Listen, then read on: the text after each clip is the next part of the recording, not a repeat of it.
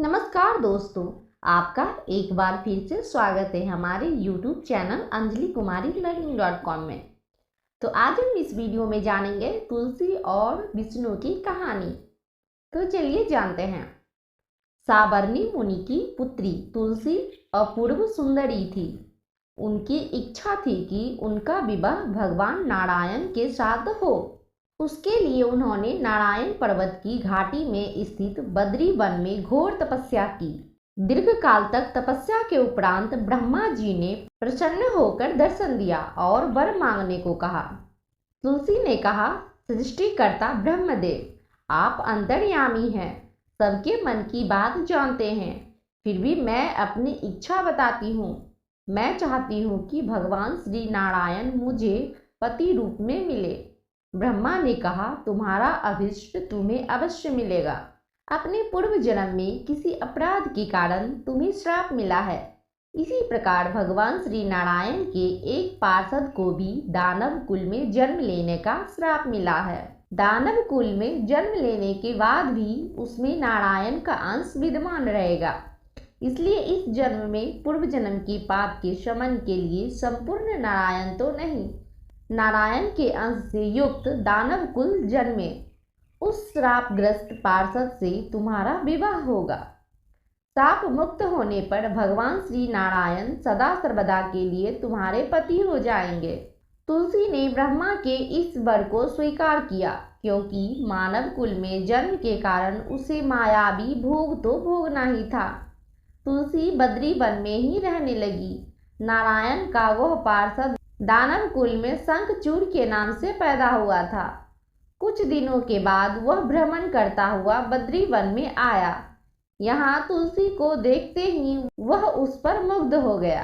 तुलसी के सामने उसने अपने साथ विवाह का प्रस्ताव रखा।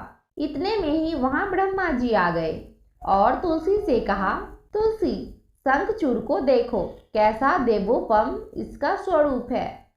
दानव कुल में जन्म लेने के बाद भी लगता है जैसे इसके शरीर में नारायण का वास हो। तुम प्रस्ताव को सहर्ष स्वीकार कर लो। तुलसी को भी लगा कि उसकी तपस्या पूर्ण हुई, उसे इच्छित फल मिला है। शंखचूड़ के साथ उसका गांधर्व विवाह हो गया और वह शंखचूड़ के साथ उसके महल में पत्नी बनकर आई। शंखचूड़ ने अपनी परम सुंदरी सती साध्वी पत्नी तुलसी के साथ बहुत दिनों तक राज्य किया। उसने अपने राज्य का इतना विस्तार किया कि देवलोक तक उसके अधिकार में आ गया। स्वर्ग का सुख भोगने वाले देवताओं की दशा भिखारियों जैसे हो गई। शंखचूड़ किसी को कष्ट नहीं देता था, पर अधिकार और राज्य छीन जाने से सारे देवता मिलकर ब्रह्मा, विष्णु और शिव की सभा में गए तथा अपनी विपत्ति सुनाई। ब्रह्मा जी ने कहा, तुलसी परम साध्वी है, उसका विवाह शंखचूड़ से मैंने ही कराया था। शंखचूड़ को तब तक नहीं हराया या मारा जा सकता है जब तक तुलसी को न छला जाए। विष्णु ने कहा, शंखचूड़ पूर्व जन्म में मेरा पार्षद था। शाप के कारण उसे दैत्य में जन्म लेना पड़ा। इस जन्म में भी मेरा अंश उसमें व्याप्त है। पतिव्रत धर्म से वह अजय है। फिर देवताओं की सहमति से भगवान शिव ने शंखचूड़ के पास संदेश भेजा कि या तो वह देवताओं का राज्य लौटा दे या फिर उनसे युद्ध करे। शंखचूड़ शंकर के पास पहुंचा। उसने कहा, देवाधिदेव, आपके लिए देवताओं का पक्ष लेना उचित नहीं है। राज्य बढ़ाना हर राजा का कर्तव्य है। मैं किसी को दुखी नहीं कर रहा हूँ।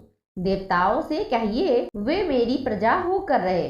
मैंने आपका भी कोई अपकार नहीं किया है। हमारा आपका युद्ध शोभा नहीं देता। अगर आप हार गए तो बड़ी लज्जा की बात होगी। मैं हार गया तो आपकी कृति बहुत अधिक नहीं बढ़ेगी।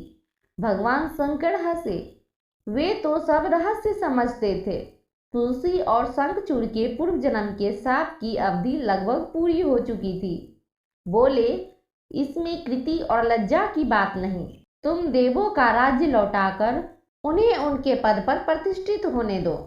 युद्ध से बचने का यही एक उपाय है। शंखचूड़ ने कहा, मैंने युद्ध के बल से देवलोक जीता है। कोई उसे युद्ध के द्वारा ही वापस ले सकता है। यह मेरा अंतिम उत्तर है, मैं जा रहा हूँ। ऐसा कहकर शंखचूड़ चला गया। उसने अपनी पत्नी तुलसी को सारी बात बताई और कहा, कर्म भोग सब काल सूत्र में बंधा है। जीवन में हर्ष, शोक, भय, सुख, दुख, मंगल और मंगल काल के अधीन है। हम तो केवल निमित्त हैं। संभव है भगवान शिव देवों का पक्ष लेकर मुझसे युद्ध करे। तुम चिंता मत करना, तुम्हारा सती तेज मेरी रक्षा करेगा। दूसरे दिन भगवान शंकर के नेतृत्व में देवताओं ने युद्ध छेड़ दिया। शंखचूड़ ने भीषण बाणों की वर्षा कर उनका वेग रोका। उसके प्रहार से देवता डगमगाने लगे। उसने दानवी शक्ति का प्रयोग कर मायावी युद्ध आरंभ किया। युद्ध स्थल पर वह किसी को दिखाई नहीं देता था, पर उसके अस्त्र शस्त्र प्रहार कर देवों को घायल कर रहे थे। देवगण अपने अस्त्र चलाएं तो किस प्रकार चलाएं, क्योंकि कोई शत्रु सामने था ही नहीं। कई दिनों तक इस तरह भयंकर युद्ध चला। शंखचूड़ पराजित नहीं हुआ। तब शिव ने विष्णु से कहा, विष्णु कुछ उपाय करो, अन्यथा मेरा तो सारा यश मिट्टी में मिल जाएगा। विष्णु ने सोचा, बल से तो शंखचूड़ को हराया नहीं जा सकता, इसलिए छल का सहारा लेना ही होगा। उन्होंने तुरंत अपना स्वरूप शंखचूड़ जैसा बनाया और अस्त्र शस्त्र से सज्जित हो तुलसी के पास आए। बोले, प्रिय, मैं युद्ध जीत गया। सारे देवता भगवान शंकर समेत हार गए। इस खुशी में आओ, मैं तुम्हें अंक से लगा लूं। पति को प्रत्यक्ष खड़ा देख तथा विजय का समाचार सुन वह दौड़कर मायावी शंखचूड़ के गले से लिपट गई। इस प्रकार पति पत्नी दोनों ने आलिंगन हो खूब खुशी मनाई। पर पुरुष के साथ इस प्रकार के व्यवहार से उसका सती तेज जो शंखचूड़ की कवच के रूप में रक्षा कर रहा था, वह कवच नष्ट हो गया। शंखचूड़ शक्तिहीन हो गया। यह जानते ही भगवान शंकर ने अपने त्रिशूल से प्रहार किया। त्रिशूल के लगते ही शंखचूड़ जलकर भस्म हो गया। शंखचूड़ के मरने को जानकर विष्णु अपने असली स्वरूप में आ गए। सामने अपने पति शंखचूड़ के स्थान पर भगवान विष्णु को खड़ा देख तुलसी बहुत विस्मित हुई। उसको पता लग गया कि स्वयं नारायण ने उसके साथ छल किया है। क्रोध में आकर उसने श्राप दिया कि एक सती स्त्री का सतीत्व भंग करने के अपराध में तुम हृदयहीन पत्थर हो जाओ। विष्णु ने तुलसी के शाप को शिरोधार्य कर कहा, देवी, तुम्हारे तथा शंखचूड़ के कल्याण के लिए मुझे ऐसा करना पड़ा। तुम दोनों को शाप मुक्त करना था। तुम भी अब शरीर त्याग कर तुलसी बिरवा के रूप में जन्म लोगी और मेरी पूजा तुलसी दल से होगी। मैं शालिग्राम पत्थर बनूंगा। मेरे शीश पर तुम आदर से विराजमान होगी। तुम्हारे पति की हड्डियों के चूर्ण से शंख की उत्पत्ति होगी। उस शंख ध्वनि से देवताओं तथा मेरी पूजा आराधना होगी। जहाँ शंख ध्वनि होगी वहाँ मंगलमय मैं विराजमान रहूंगा। तुमने पूर्व जन्म में बद्री वन में मुझे पाने के लिए बड़ी तपस्या की थी। अब अगले जन्म में मैं नारायण प्रस्तर के रूप में बद्रीनाथ वन में स्थापित होऊंगा और मेरी पूजा अर्चना फल फूल से न होकर तुम्हारे तुलसी दल से होगी। मेरे शीश पर विराजमान होकर तुम मुझसे भी ऊंचा पद प्राप्त करोगी। तो भक्तों, कथा समाप्त हुई। वीडियो को लाइक जरूर